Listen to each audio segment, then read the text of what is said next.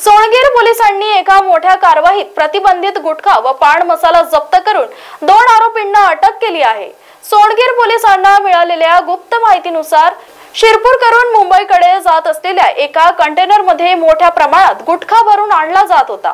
पोलिसांनी सोनगीर फाट्यावर सापळा लावून कंटेनरची तपासणी केली असता कंटेनरमध्ये लाखोचा गुटखा पोलिसांना आढळून आला। कंटेनरसह या मुद्देमालाची किंमत 26,81,440 रुपये इतकी आहे। सोनगीर पोलिसांनी कंटेनर चालक मोहम्मद समीम इददुक खान आणि त्यांचा साथीदार पवन जय भगवान शर्मा यांना अटक केली आहे। पोलिसांनी या दोघांविरुद्ध गुन्हा दाखल करून पुढील तपास सुरू केली आहे। बातमीदाराकडनं सचिन कापडनीस प्रभारी अधिकारी सोनगीर पोलीस स्टेशन यांना अशी बातमी मिळाली होती की मध्य प्रदेशमधून एक गुटख्याचा मोठा कंटेनर आपल्या धुळे जिल्ह्यामध्ये येत आहे। त्या अनुषंगाने आज सकाळी 5:30 वाजता आपण सगळं कंटेनर आलेलं असता त्याच्यामध्ये एकूण आपल्याला जवळजवळ 27 लाखाचा माल मिळालेला आहे ट्रक धरून। त्याच्यामध्ये राजनिवास पान मसाला, जाफरानी तंबाखू आणि हा अशोक लेल्यांचा कंटेनर असा एकूण 27 लाखाचा आसपासचा माल आपण जप्त केलेला आहे।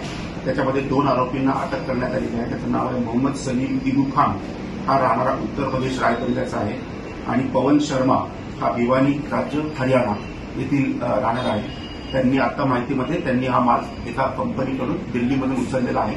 आता तपासामध्ये निष्पन्न झालं की हा माल एक्झॅक्टली कुठून आणला होता आणि कुठे नेणार होता। आपण संबंधितांना देखील आरोपी याच्यामध्ये करत आहोत।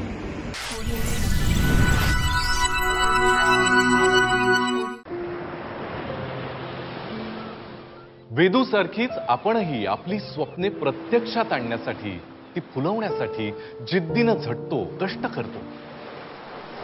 पण अचानक नैसर्गिक आपत्ती येते आणि आपल्या साऱ्या स्वप्नांचं पाणी होऊन ते वाहून जातं। अशा अस्मानी संकटांनी महाराष्ट्रात अनेकांचं अतोनात नुकसान झालं।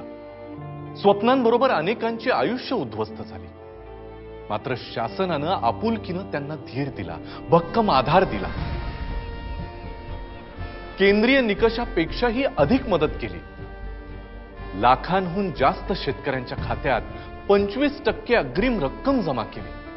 आपत्तीग्रस्तांच्या आयुष्यात पुन्हा नवी उमेद जागवून आनंद निर्माण केला।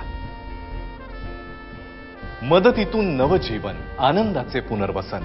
आपत्ती व्यवस्थापन, मदत व पुनर्वसन विभाग, महाराष्ट्र शासन।